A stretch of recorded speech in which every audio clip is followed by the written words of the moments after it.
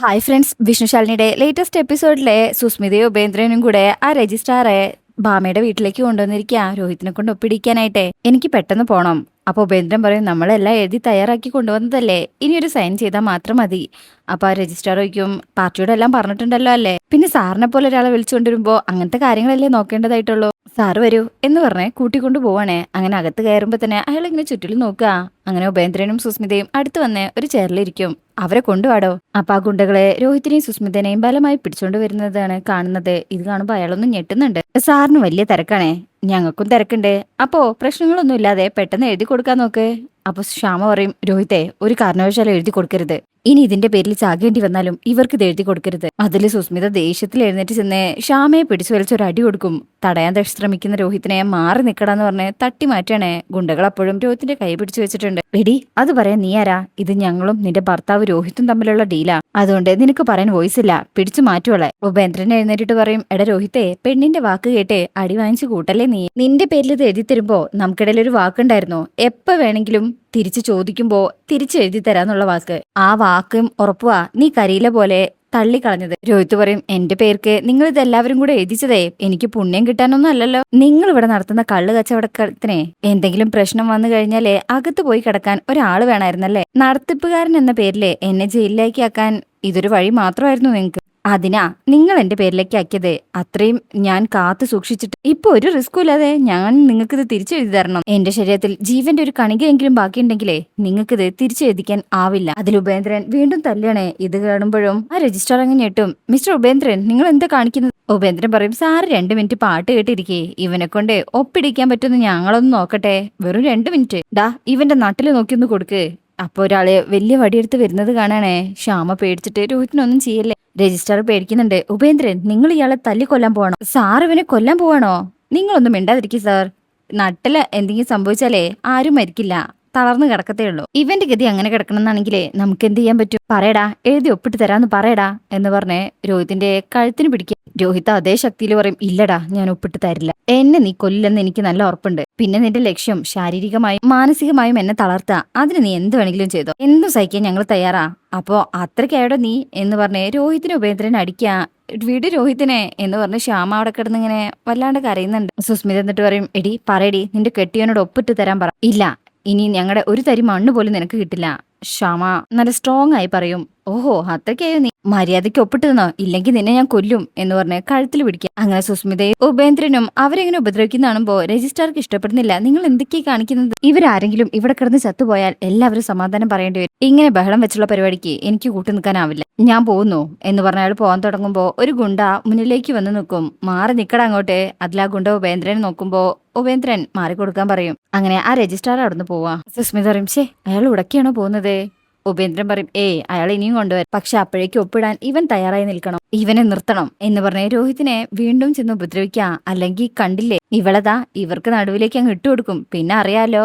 അത് കേൾക്കുമ്പോ രോഹിത്ത് പേടിക്കുന്നുണ്ട്. അങ്ങനെ ആ ഗുണ്ടയില് ഒരു പെണ്ണുണ്ടല്ലോ, നടക്കടി അങ്ങോട്ട് എന്ന് പറഞ്ഞ് ശ്യാമയെ കൊണ്ടുപോവാ. ഏയ്, അവളൊന്നും ചെയ്യരുത് രോഹിത്ത് പറയുമ്പോ ഉപേന്ദ്രൻ പറയും, ഒപ്പിട്ട് തന്നില്ലെങ്കിൽ അവളെ അവര് പലതും ചെയ്യും. ഭാര്യയുടെ മാനം കാത്തു സൂക്ഷിക്കണം നിനക്ക് ആഗ്രഹം ഉണ്ടെങ്കിൽ ഞങ്ങൾ പറയുന്നത് നീ അനുസരിക്കണം. അതിന് രോഹിത് ആകെ പേടിച്ചു പോവാണേ. പറഞ്ഞത് കേട്ടോടാ.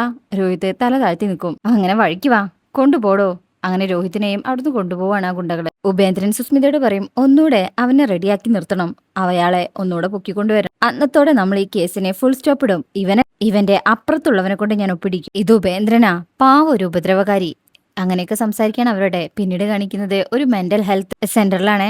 ശാലിനിക്ക് അവിടെയാണല്ലോ എന്തോ മീറ്റിംഗ് ഉണ്ടെന്ന് പറഞ്ഞത്. അങ്ങനെ ശാലിനി അവിടെ എത്തിയിട്ടുണ്ട്. അങ്ങനെ മീറ്റിംഗ് എല്ലാം കഴിഞ്ഞ് പോകാൻ തുടങ്ങുമ്പോൾ അവിടെയുള്ളവര് ശാലിനിയെ കുറിച്ച് നല്ല വാക്കുകൾ സംസാരിക്കാം. അങ്ങനെ അവിടെ എത്തിപ്പെട്ടവരിൽ പലരും മയക്കുമരുന്നൊക്കെ ഉപയോഗിച്ച് വന്നവരാണെന്നാണ് പറയുന്നത്. അങ്ങനെ ശാലിനിയെ അതിനെതിരെ പോരാടാനാണ് ഇനി തീരുമാനിച്ചിരിക്കുന്നത്. ഇവർക്കെല്ലാം കൗൺസിലിംഗ് കൊടുക്കേണ്ടത് ആദ്യം അവരുടെ മാതാപിതാക്കൾക്കാണ്. ഓക്കെ മാഡം, പിന്നെ ഞങ്ങളെ ഇടയ്ക്കിടയ്ക്ക് ഇങ്ങനെ ബുദ്ധിമുട്ടിക്കേ. ശാലിനി പറയും, ഏയ്, ഒരിക്കലും ഇതൊരു ബുദ്ധിമുട്ടല്ല. എനിക്കിതൊക്കെ താല്പര്യമുള്ള വിഷയ. പുതിയ തലമുറ ഇങ്ങനെയുള്ള സ്ഥലങ്ങളിൽ എത്തിപ്പെട്ട പിന്നെ സമൂഹം കാണാ ഒറ്റ കണ്ണുകൊണ്ടായിരിക്കും. ഇതിനെതിരെ എന്ത് ചെയ്യാൻ പറ്റും, അതായിരിക്കണം നിങ്ങളുടെ പ്രവർത്തനം. ഈ സമയം ശാലിനിയുടെ ഫോണിലേക്ക് ഒരു കോള് വരികയാണ്. ശ്യാമ ആരും കാണാതെ ഫോൺ എടുത്ത് ശാലിനിയെ വിളിക്കുക. നീ എന്താടി പോയിട്ട് വിളിക്കാഞ്ഞത്? കുഞ്ഞിച്ചി, ഞങ്ങളവിടെ വീട്ടു തടങ്കലിലാക്കിയ പോലെയാണ്. ഉപേന്ദ്രനും സുസ്മിതയും ഗുണ്ടകളെ കൊണ്ട് വളഞ്ഞിരിക്കുക അവിടെ. നീ എന്തൊക്കെയാടി പറയുന്നത്? കുഞ്ഞിച്ചി, എന്തെങ്കിലും ഒരു പരിഹാരം ഉണ്ടാക്കണതിന് ഒന്ന് ഫോൺ ചെയ്യാനുള്ള സ്വാതന്ത്ര്യം പോലും ഇല്ല. രോഹിത്തിനെ ശരിക്കും അവരെ ഉപദ്രവിക്കുന്നുണ്ട്. ശാലിനി പറയും, അവരുടെ കൂടെ നിന്ന് കുറെ അധികം കാലം നിന്നെയും നമ്മുടെ കുടുംബത്തെയും ദ്രോഹിച്ചതിന് അവരുടെ കയ്യിൽ നിന്ന് തന്നെ പകരത്തിന് പകരം കിട്ടുന്നതാ. എന്തായാലും സ്വത്ത് എഴുതി കൊടുക്കണം എന്ന് പറഞ്ഞല്ലേ ഉപദ്രവിക്കുന്നേ. നമുക്ക് എന്തായാലും അത് ഉടനെ ചെയ്യാം. കുഞ്ഞിച്ചി, ശാലിനി പറയും, തൽക്കാലം എടുത്തുചാടി ഒന്നും ചെയ്യണ്ട, ഞാൻ ആലോചിക്കട്ടെ, എന്നിട്ട് വ്യക്തമായൊരു പരിഹാരം ഉടൻ തന്നെ ചെയ്തോളാം. അങ്ങനെ സംസാരിച്ചുകൊണ്ട് നിൽക്കുമ്പോ പെട്ടെന്ന് ഒരു ഭ്രാന്തി കുട്ടിയുടെ കരച്ചിൽ കേൾക്കണേ. ശാലിനി നോക്കുന്നതും ആ കുട്ടിയെ കണ്ട് ഞെട്ടിപ്പോവാണേ. ശാരിക വേറെ രൂപത്തിൽ വന്നിരിക്കണേ, പഴയ ശാരികല്ല. ചേച്ചി എന്ന് പറഞ്ഞ് ശാലിനി ഇങ്ങനെ ഞെട്ടിലോടെ നിൽക്കും. ശ്യാമ കുഞ്ഞേച്ചിന്ന് ഇങ്ങനെ ഫോണിൽ വിളിക്കുന്നുണ്ട്. ഇതൊന്നും ശ്യാമ കാണുന്നില്ലല്ലോ. അപ്പോ അവിടെയുള്ള ആള് പറയും, അത് പുതിയൊരു കുട്ടിയാണേ ഇവിടെ ട്രീറ്റ്മെന്റിന് കൊണ്ടുവന്നത്. അത് പക്ഷെ ഭയങ്കര വയലന്റ് ആണെന്ന് തോന്നുന്നു, എല്ലാവരെയും ഉപദ്രവിക്കുന്നുണ്ട്. ശാലിനി, ശ്യാമ ഞാൻ വിളിക്കാം എന്ന് പറഞ്ഞ് കോള് കെട്ടിയത് ശാരികയുടെ അടുത്തേക്ക് പോവാ. ചേച്ചി എന്താ ഇത്? അതിലെ ആ നഴ്സുമാരെ ശാരികയെ പിടിച്ചു വെച്ചിട്ടുണ്ടാവും. വിട് എന്ന് പറഞ്ഞ അവരുടെ കൈ തട്ടി മാറ്റി, മോളെ എന്ന് വിളിച്ച് ശാലിനിയെ ചെന്ന് കെട്ടിപ്പിടിക്കുക. എനിക്ക് ഭ്രാന്തില്ല മോളെ, എനിക്ക് ഭ്രാന്തില്ല, ഇവരെല്ലാരും കൂടെ എന്നെ ഭ്രാന്തിയാക്കണേ, എന്നെ രക്ഷിക്കും മോളെ. അങ്ങനെ നിൽക്കുമ്പോണ്ടാവും വിജയലക്ഷ്മിയും അമ്മാവനും കൂടെ പുറത്തേക്ക് ഇറങ്ങി വരുന്നേ. ശാലിനിയെ കാണുന്നതും അവരങ്ങ് ഞെട്ടിപ്പോ. ഈ നഴ്സുമാരെ ശാരികയെ പിടിച്ചു വലിക്കണേ. അവർക്ക് മനസ്സിലായിട്ടില്ല ശാലിനിയുടെ ചേച്ചിയാണെന്നും. എന്നെ വിട്ടുകൊടുക്കല്ലേ മോളെ, വിട് എന്ന് പറഞ്ഞ് ശാലിനി അവരെ തടയാ. ശാലിനിയെ കാണുന്നതും വിജയലക്ഷ്മി വിചാരിക്കും, ഹോ ഇവളെന്തിനാണാവോ ഇപ്പൊ ഇങ്ങോട്ട് കെട്ടിയിട്ടിയത്, നാശം. ശാലിനി ശാരികയെ കെട്ടിപ്പിടിച്ചിട്ട് പറയും, ചേച്ചി ഒന്നുമില്ല, ചേച്ചി ഒന്നും ചെയ്യില്ല, ആരും എന്റെ അടുത്ത് നിന്ന് കൊണ്ടുപോവേയില്ല, എനിക്ക് ഭ്രാന്തില്ല മോളെ, എന്നെ ഭ്രാന്തിയാക്കുക അവരെല്ലാരും കൂടെ, നീ എങ്കിലും എന്നെ വിശ്വസിക്കും മോളെ. ശാലിനി കെട്ടിപ്പിടിച്ചിട്ട് പറയും, സമ്മതിച്ചു, ഭ്രാന്തില്ല ചേച്ചിക്ക്. അത് തന്നെ ഇങ്ങനെ വീണ്ടും വീണ്ടും ആവർത്തിക്കും. ശാലിനി ആ വിജയലക്ഷ്മിനൊക്കെ കാണുമ്പോ ദേഷ്യത്തിൽ ഇങ്ങനെ നോക്കണേ. വിജയലക്ഷ്മി അമ്മാവനും ശാലിനിയുടെ അടുത്തേക്ക് വരും. ആര് പറഞ്ഞില്ലെന്നേ, ചേച്ചിക്ക് കുറെ കാലമായി ഇത് തുടങ്ങി. ഈ അടുത്ത കാലത്തെ അക്രമവാസന തുടങ്ങിയപ്പോഴാ കൊണ്ടുവരാന്ന് കരുതിയത്. എന്റെ മോൻ സ്ഥലത്തില്ല, ഇവളുടെ ചവിട്ടലും തൊഴിയും കണ്ടു നിൽക്കാൻ വയ്യ, അത് കാണാൻ പറ്റാത്തതുകൊണ്ടാ ഇവിടെ കൊണ്ടുവന്ന് ഇടാന്ന് കരുതിയത്. കണ്ടില്ലേ എന്റെ കൈ മുഴുവൻ കടിച്ചു പറിച്ചു വെച്ചിരിക്കുന്നത് എന്ന് പറഞ്ഞ് കാണിച്ചു കൊടുക്കുക. രാജീവ് US നിന്ന് വരുന്നതിന് മുമ്പേ എനിക്ക് ഇവളുടെ ഭ്രാന്ത് മുഴുവൻ മാറ്റിയെടുക്കണം. ശാലിനിക്ക് അതൊക്കെ കാണുന്നുണ്ടെങ്കിലും ദേഷ്യാണേ. എന്തായാലും ഞാനുണ്ടല്ലോ ഇപ്പൊ, തൽക്കാലം ചേച്ചിയുടെ കാര്യം ഞാൻ നോക്കിക്കോളാം. ഇതുവരെ നിങ്ങൾ ഒരുപാട് സഹിച്ചെന്നല്ലേ പറഞ്ഞത്, ഇനി ഞാൻ കുറച്ച് സഹിക്കട്ടെ. അമ്മാവൻ പറയും, ഇവൾക്ക് മുഴുത്ത ഭ്രാന്താ, ഇപ്പൊ ചികിത്സ തുടങ്ങിയാ ചിലപ്പോ രക്ഷ കിട്ടിയെന്ന് വരും. ശാലിനി പറയും, എന്തായാലും ഇത് ഇവിടം വരെ എത്തിച്ചത് രണ്ടുപേരോടും വളരെയധികം നന്ദിയുണ്ട്. പിന്നെ രണ്ടുപേരും പോവരുത്, ഞാൻ ചേച്ചിയോട് ചില കാര്യങ്ങളൊക്കെ ചോദിച്ചറിയട്ടെ. അപ്പോഴാണ് അനുവിനും ഇതാരാണെന്ന് മനസ്സിലായിട്ടില്ല. അല്ല മാഡം ഇത്? ശാലിനി പറയും, എന്റെ ചേച്ചിയാ ശാരിക. ഇത് കേൾക്കുന്ന അനുവും രാമേട്ടനും അവിടെ ഉള്ളവരൊക്കെ ഞെട്ടിപ്പോവും. ശാലിനി പറയും, ശാരദാമ്മയുടെ മൂത്ത മകൾ, ഇവരെ ഇവിടെ തന്നെ കാണണം എന്ന് പറഞ്ഞ് ശാരികയെ കൊണ്ടുപോവാണ്. ശാലിനി എന്തോ സംസാരിക്കാനായിട്ട്. എന്താ ഉണ്ടായത് എന്ന് നോക്കുമ്പോ ശാരിക ഇങ്ങനെ ഓരോന്നും പറയുന്നുണ്ട്. ഈ സമയം അനു അവരോട് പറയും, മേഡം പറയാതെ നിങ്ങൾ ഇവിടുന്ന് പോവരുത്. അങ്ങനെ ശാരിക പറയുന്നൊക്കെ കേട്ട് ശാലിനി ഇങ്ങനെ ദേഷ്യത്തിൽ നിൽക്കുക. ശേഷം ശാരിക ശാലിനിയെ കെട്ടിപ്പിടിച്ച് കരയാണ്. അതിനുശേഷം പിന്നീട് കാണിക്കുന്നത്, അന്ന് പാചക മത്സരം നടത്തിയിരുന്ന അങ്ങേര് അവിടെ സത്യാമ്മയെ കാണാനായിട്ട് വീട്ടിൽ വന്നിരിക്കണേ. രാഘവേട്ടനോട് സംസാരിച്ചോണ്ടിരിക്കുക. അപ്പോഴേക്കും വിഷ്ണു അങ്ങോട്ട് ഓട്ടോയിൽ വരണേ. എന്താടാ അവിടെ തന്നെ നിൽക്കുന്നത്, ഇങ്ങോട്ട് കയറി വാ എന്ന് രാഘവേട്ടൻ വിളിക്കാം. വിഷ്ണു ആണെങ്കിൽ ആ വണ്ടിയും അയാളൊക്കെ കണ്ട് ആകെ ഷോക്കായിട്ടുണ്ട്. ഒന്ന് സർപ്രൈസ് ആയെന്ന് പറയാം. അങ്ങനെ ചിരിച്ചുകൊണ്ട് തന്നെ അവരുടെ അടുത്തേക്ക് ചെന്ന് നിൽക്കും. വിഷ്ണുവിന് അന്ന് അങ്ങേരെ കാണാൻ പറ്റിയില്ലല്ലോ, ബാമ അവിടെ നിൽക്കരുതെന്ന് പറഞ്ഞത് കാരണം. അങ്ങനെ രാഘവേട്ടൻ തന്നെ ആരാന്നൊക്കെ പരിചയപ്പെടുത്തി കൊടുക്കുക. സാബു സാറേ. വിഷ്ണു പറയും, ആ ഞാൻ അവിടെ വന്നിട്ടുണ്ടായിരുന്നു, പക്ഷെ പെട്ടെന്ന് ആവശ്യം വന്നപ്പോൾ പോവുകയും ചെയ്തു, അതുകൊണ്ടായിരിക്കും കാണാതിരുന്നത്. അങ്ങനെ അവര് പരിചയപ്പെട്ടാണ് പരസ്പരം. അപ്പോഴേക്കും ബാമ ചായ കൊണ്ടുവരും. ഏലക്ക ഇട്ട ചായ കുടിക്കുന്നതിന് കുഴപ്പമില്ലല്ലോ.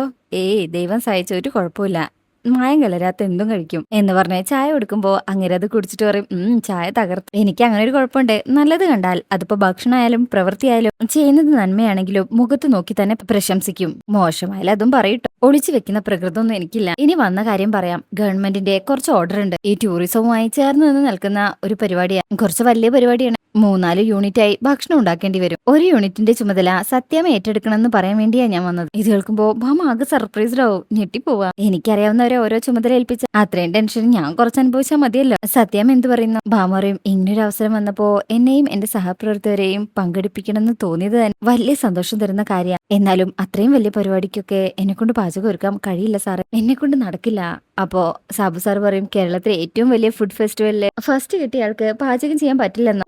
ഹേയ് എനിക്ക് വിശ്വസിക്കാനേ പറ്റുന്നില്ല. ഈ സമയം വിഷ്ണുവിനെ അറിയാലോ എങ്ങനെ ഫസ്റ്റ് കിട്ടിയെന്ന്. ആ രീതിയിൽ ഇങ്ങനെ നിൽക്കും. സാബു സാർ പറയും, മറ്റുള്ളവരെ ഇങ്ങനൊരു അവസരം കിട്ടാൻ കാത്തു നിൽക്കുക. ഭാമ പറയും, ഞാൻ അതിലെ വിജയിച്ചതല്ല, എനിക്കൊരാളെ തോറ്റു തന്നതാ. വിജയ സാധ്യതയുള്ള ഒരാളെ എന്റെ ആവശ്യം മനസ്സിലാക്കി മനഃപൂർവ്വം എനിക്ക് തോറ്റു തന്നതാ. എന്റെ രാഘവേട്ടന്റെ ചികിത്സയ്ക്കായി കുറച്ച് പണം ആവശ്യമായിരുന്നു. ആ പണം എനിക്ക് കിട്ടാനായി കുടുംബശ്രീ ഹോട്ടൽ നടത്തുന്ന ശാരദ എന്നെ മനഃപൂർവ്വം ജയിപ്പിച്ചതാ. ഭാമ ഇതെല്ലാം തിരിച്ചറിഞ്ഞ് പറയുന്ന കേൾക്കുമ്പോ വിഷ്ണു ഞെട്ടിപ്പോകുന്നുണ്ട്. ശാരദാമ്മ കായപ്പൊടി കൂടുതലിട്ടതൊക്കെ ഭാമ കണ്ടിട്ടുണ്ട്. ശാരദയൊന്നും മനസ്സ് വെച്ചിരുന്നെങ്കിൽ ആ മത്സരം ഈസിയായി ജയിക്കാമായിരുന്നു. അങ്ങനെ മറ്റൊരാൾ ത്യാഗം ചെയ്ത വിജയവുമായി ഈ വലിയ പരിപാടി ഏറ്റെടുക്കാൻ ഞാൻ മനസ്സുകൊണ്ട് തയ്യാറല്ല. ഇതൊക്കെ കേൾക്കുമ്പോൾ വിഷ്ണുവിന് ഇപ്പൊ അഭിമാനം തോന്നുന്നത് ഭാമയെല്ലാം മനസ്സിലാക്കിയിട്ടുണ്ടല്ലോ എന്നുള്ള അഭിമാനവും സന്തോഷവും. അപ്പൊ ഇങ്ങനെയൊക്കെയാണ് ഈ ഭാഗത്തുള്ളത്. നെക്സ്റ്റ് ഭാഗത്തിലെ ശാരിക ശാരദാമ്മയുടെ വീട്ടിലേക്ക് വരികയാണേ, ശാലിനി കൂട്ടിക്കൊണ്ട് വരികയാണേ. ഒട്ടും പ്രതീക്ഷിക്കാതെ ശാലിനിയുടെ കാറിന് ശാരിക ഇറങ്ങി വരുന്ന കാണുമ്പോൾ ശാരദാമ്മ ഷോക്കാവുന്നുണ്ട്. അതുപോലെ ശാന്തേച്ചിയും. അങ്ങനെ ശാരിക കരഞ്ഞ് ശാരദാമ്മേനെ കെട്ടിപ്പിടിച്ച് കരയാണ്. എന്താ സംഭവം എന്നൊക്കെ ചോദിക്കുമ്പോൾ ശാലിനി കാര്യങ്ങളൊക്കെ വിശദീകരിക്കും. ഇതൊക്കെ കേട്ട് ശാരദാമ്മ ഷോക്കായി നിൽക്കുന്നൊക്കെ ഉണ്ട്. അപ്പൊ നമുക്കിത് അടുത്ത ഭാഗത്ത് കാണാട്ടോ.